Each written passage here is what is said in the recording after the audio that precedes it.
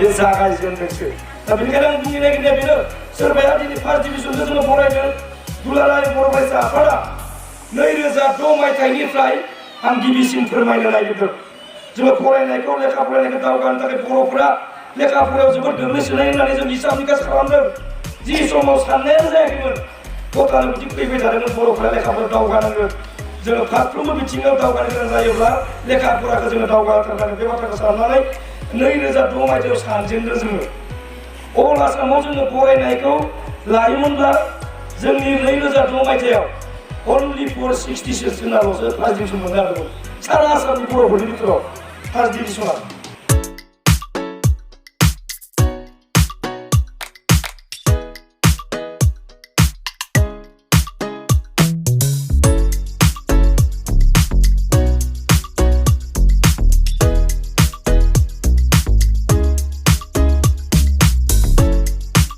Matric आनजादाव उथ्रिसार जानो हानाय फरायसाफोरखौ बरायदों।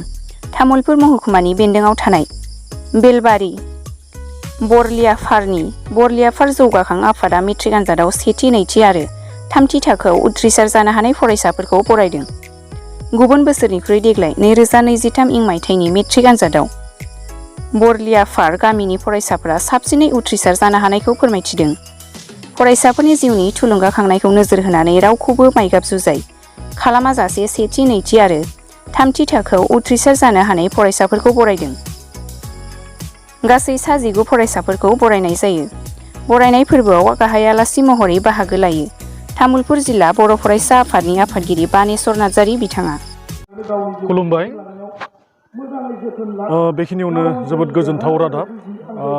जोङो बरलियापार गामि जौगा आफादनि बानजायनायाव देग्लायनि 2023 इं मायथाइयाव मेट्रिक आनजादाव सेथि, नैथि आरो थामथि थाखोआव उथ्रिसारनो हानाय फरायसाफोरखौ जोङो मान बावदों।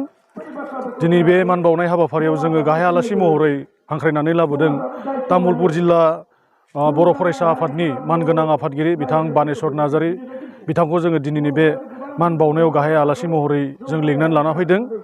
आरो बेनो जे गोजोनथाव रादाबा बेनोदि जोंनि बरलियापार गामि मोनसे सुपायावनो देग्लाय जोबोद गोग्गाथावना बाथ्रा जे गासै टटेल जोंनिया 19 जन मेट्रिकआव पास खालामदों।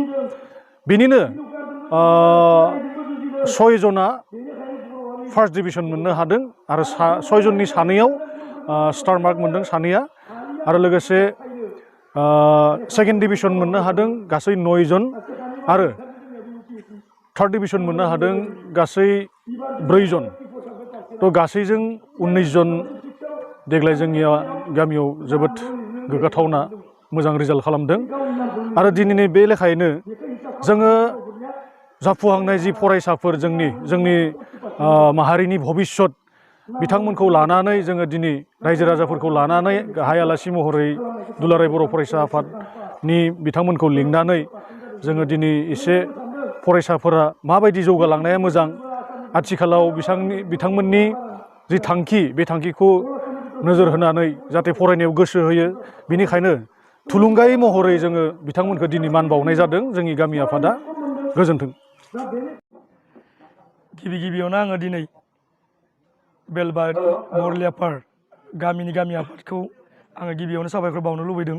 बिथांमोना दिनै 2023 मायथाइयाव HSLC आनजादाव सेथि थाखोआव उथ्रिसार जानो हानाय फरायसाफोरखौ बरायनाय हाबाफारि लादों।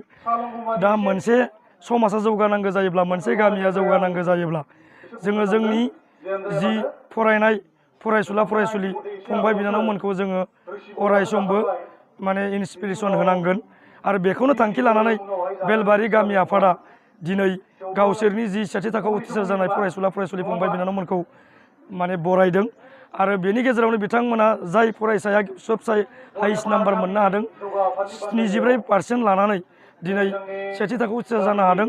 आरो निस्सय जोङो दिनै दुलाराय फरायसा आफादा खामानि मावै मावै फरायनायनि बिथिङाव दिनै जोंनि जि फार्स्ट डिभिजननि बिबाङा बांबोगासिनो दङ।